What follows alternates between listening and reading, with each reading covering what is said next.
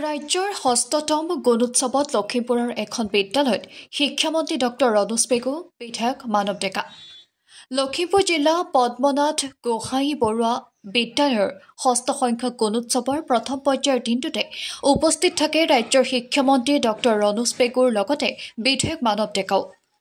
আজি ষষ্ঠ সংখ্যক গুণোৎসৱৰ প্ৰথম পৰ্যায়ত পৰীক্ষা মূল্যায়নৰ দিনটোত লখিমপুৰ নগৰৰ এখন আগশাৰীৰ পদ্মনাথ গোহাঁই বৰুৱা বিদ্যালয়ৰ ছাত্ৰ ছাত্ৰীসকলৰ লগতে শিক্ষক শিক্ষয়িত্ৰী অভিভাৱক অভিভাৱিকাসকলৰ সৈতে মত বিনিময় কৰে শিক্ষামন্ত্ৰী ৰণোজ পেগুৱে।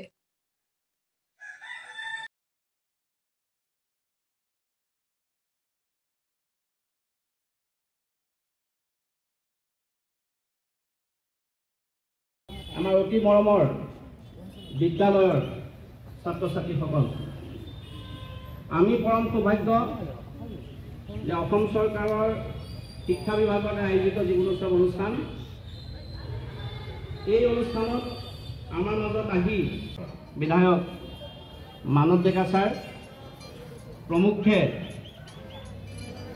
আমাৰ মাজত উপস্থিত থকা জিলা উন্নয়ন জিলাই জয়তে আজিৰ এই অসম চৰকাৰ শিক্ষা বিভাগৰ দ্বাৰা আয়োজিত যি গুণোৎসৱ আমাৰ বিদ্যালয়ত অনুষ্ঠিত হৈছে, আজিৰ বহিৰ্মূল্যায়নত উপস্থিত থকা অসম চৰকাৰৰ আমাৰ সন্মানীয় শিক্ষা বিভাগৰ মন্ত্ৰী, বিধানসভা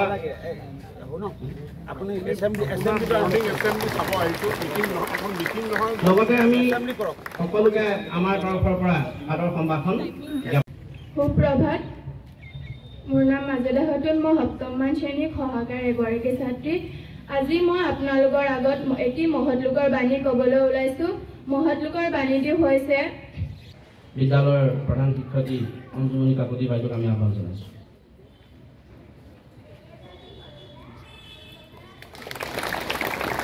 আমাৰ অতি আপোন,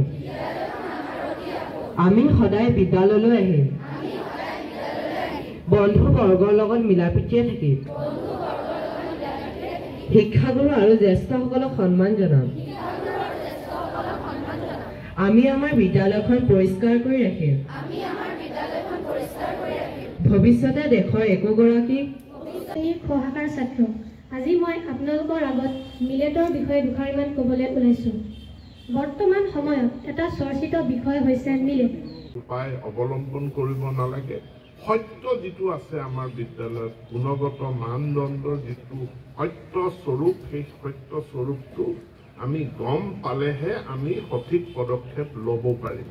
ফাঁকি দিলে, যেনেকৈ ডক্টৰক ফাঁকি দি লাভ নাই। ডক্টৰক ফাঁকি দিলে ক্ষতিটো মোৰ নিজৰ। মোৰ যি ৰোগ আছে, বেমাৰ আছে, সেইটো ডাক্তৰৰ পৰা লুকুৱাই ৰাখিলে ক্ষতি।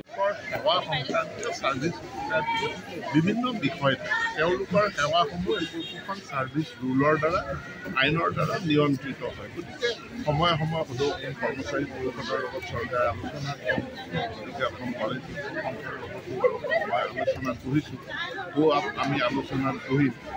গতিকে এইবিলাক মই ভাবোঁ যে আলোচনাৰ জৰিয়তে সমস্যা আছে।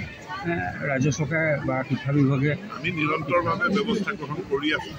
গতিকে ঠিকাভিত্তিক শিক্ষকৰ নিয়মীয়াকৰণৰ আমি এটা ডাঙৰ পদক্ষেপ ল'লোঁ আৰু ই এটা ডাঙৰ আমাৰ লিগেচি ইছ্যু এটা সমাধান কৰিছোঁ। এই কেইদিনতে আমাৰ মাধ্যমিক পৰ্যায়ৰ যিসকল এডিশ্যনেল কণ্টেক্সুৱেল টিচাৰ, তেওঁলোকৰো নিয়মীয়াকৰণ প্ৰক্ৰিয়া প্ৰায় 90% হৈ গৈছে। এতিয়া সেইটো এটা সমাধানৰ ফালে আগবাঢ়িছে।